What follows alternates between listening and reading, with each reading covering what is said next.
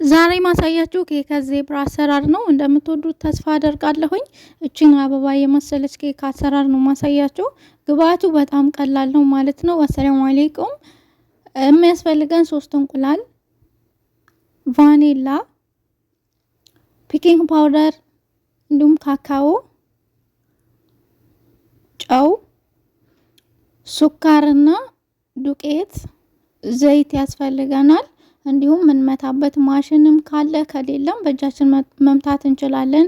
እዚህ ጋር 3 እንቁላሉን ማሽን ላይ እንጨምረውና ግማሽ የሻይ ማንኪያ ቫኒላ እንጨምራለን ማለት ነው። ውሃውም ከሆነ ችግር የለውም። ከዛ ትንሽ እንመታዋለን ማለት ነው። ከዛ ደግሞ የሻይ ብርጭቆ ግማሽ ዘይት እንጨምራለን። ከዛ ደግሞ 1 ሲኒ ሱካር ትንሽ ከመታው በኋላ ድጋሚ 1 ሲኒ ከትንሽ ጨምራለሁኝ። በአጠቃላይ 2 ሲኒ ከትንሽ ማለት ነው። ማለት ያኔ የዱቄቱ መጠን የናንተ ብዙም ከሆነ ትንሽም ከሆነ መቀነስም መጨመር ትችላላችሁ። ከመታው በኋላ እንደዚህ ሌላ እቃ ላይ እንገለብጣለን።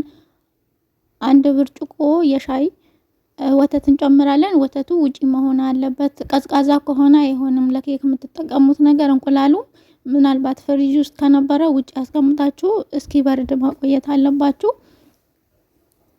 ስላችሁ ቅዝቃዜው እስኪ ሄድ ማለት ነው። ከዛ ደግሞ ዱቄቱን እንደዚህ እንነፋዋለን። ስንነፋው ኬኩ በጣም ሶፍት ይሆናል እና መንፋት ከሌላችሁም ችግር የለውም። ካላችሁ ደግሞ እንደዚህ በዚህ መልኩ ነፍታችሁ ትጨምሩበት ቆንጆ ይሆናል ማለት ነው።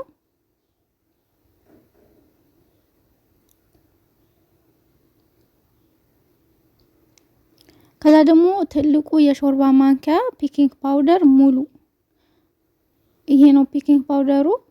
ከዛ ትንሽዬ ጨው ይሄ ነው ያላችሁ ጨው መጠቀም ትችላላችሁ። ከዛ ግማሽ በዚህ 1 ከግማሽ በምታዩት ኩባያ ነው ዱቄት የጨመርኩት።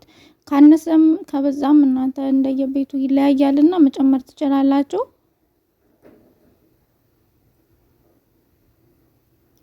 ከዛ እንደዚህ እንቀላቅለዋለን ማለት ነው።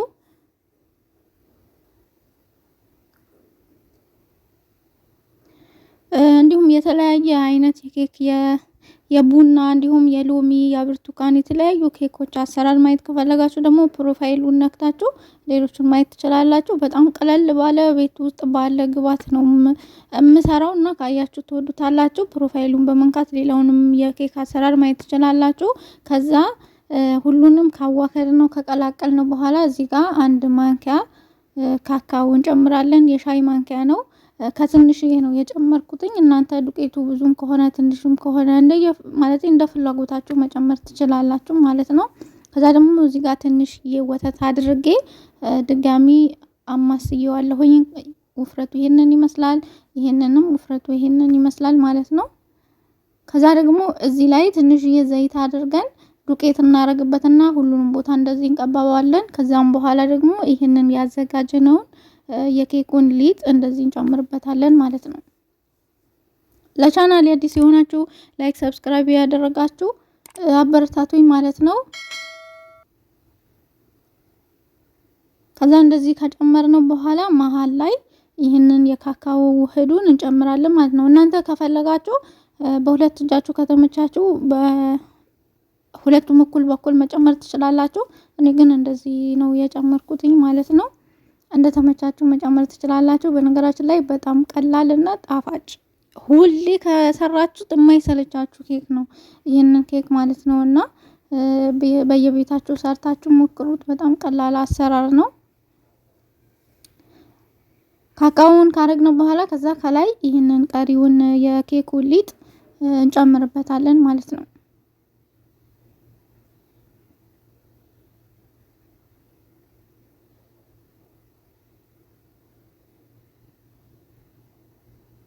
ከዛ በኋላ ደግሞ ልክ እንደዚህ ከጨመርነው በኋላ ኬክ ስትሰሩ ሳህኑን ሙሉ ማድረግ የለባችሁም። ከግማሽ በታች በኩል መሆን አለበት። ከዛ በስቲኪኒን እንደዚህ ታረጉታላችሁ ማለት ነው። ልክ እንደ ዝግዛግ ወደዚህ ያረጋችሁ ተሰሩታላችሁ። ለምንድነው በኋላ ካካኦን ሲቆረጥ በጣም ደስ የሚል ቅርጽና ደስ የሚል ከለር ይኖረዋል ማለት ነው። እንደዚህ ታደርጉታላችሁ። በጣም ቆንጆ ነው የሚሆነው። ከዛ በኋላ ደግሞ ፍርን ውስጥ ለ45 ደቂቃ ወይም ደግሞ ለ30 ደቂቃ ትጨምሩታላችሁ ማለት ነው። ለመጀመሪያችሁ ጊዜ ከሆነ ኬክ የምትሰሩት እስኪ በስል መክፈት የለባችሁ፣ ምክንያቱም ትንፋሽ አይፈልግም። ፍሩኑ ከከፋታችሁት ኩፍ አይልም እንትን ኬክ ሲሰራ ማለት ነው። ደግሞ የተረፈኝ ነበር እንደዚህ በላስቲክ ኩባያ ጨምሬያለሁኝ። እዚህ ጋር እንደምትመለከቱት 40 ደቂቃ አድርጌዋለሁኝ። በስተመጨረሻ ይሄንን ይመስላል።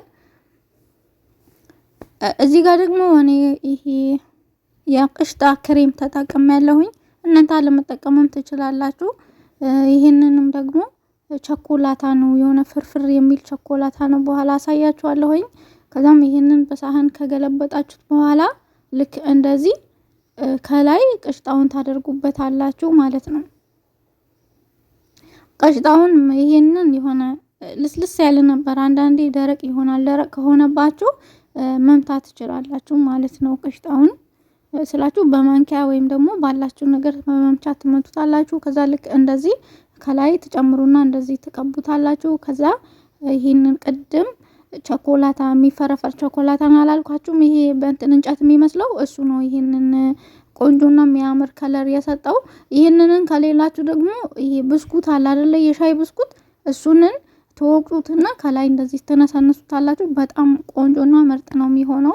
ካልፈልጋችሁም ደግሞ ምንም አለም መጨመር እንደዚሁ መብላት ይቻላል። ያው እንግዲህ ለማሳመር ተብሎ ነው ይሄንን የተጨመረው። እንደምትወዱት ተስፋ አደርጋለሁኝ። ለቻናል አዲስ ከሆናችሁ ደግሞ ላይክ፣ ሰብስክራይብ ማድረጋችሁ አትርሱ። ለዛሬ ይዤላችሁ የመጣሁት ይሄንን ይመስል ነበረ። በያላችሁበት ሰላማችሁ ይብዛ። ወሰላሙ አለይኩም ወራህመቱላሂ ወበረካቱ።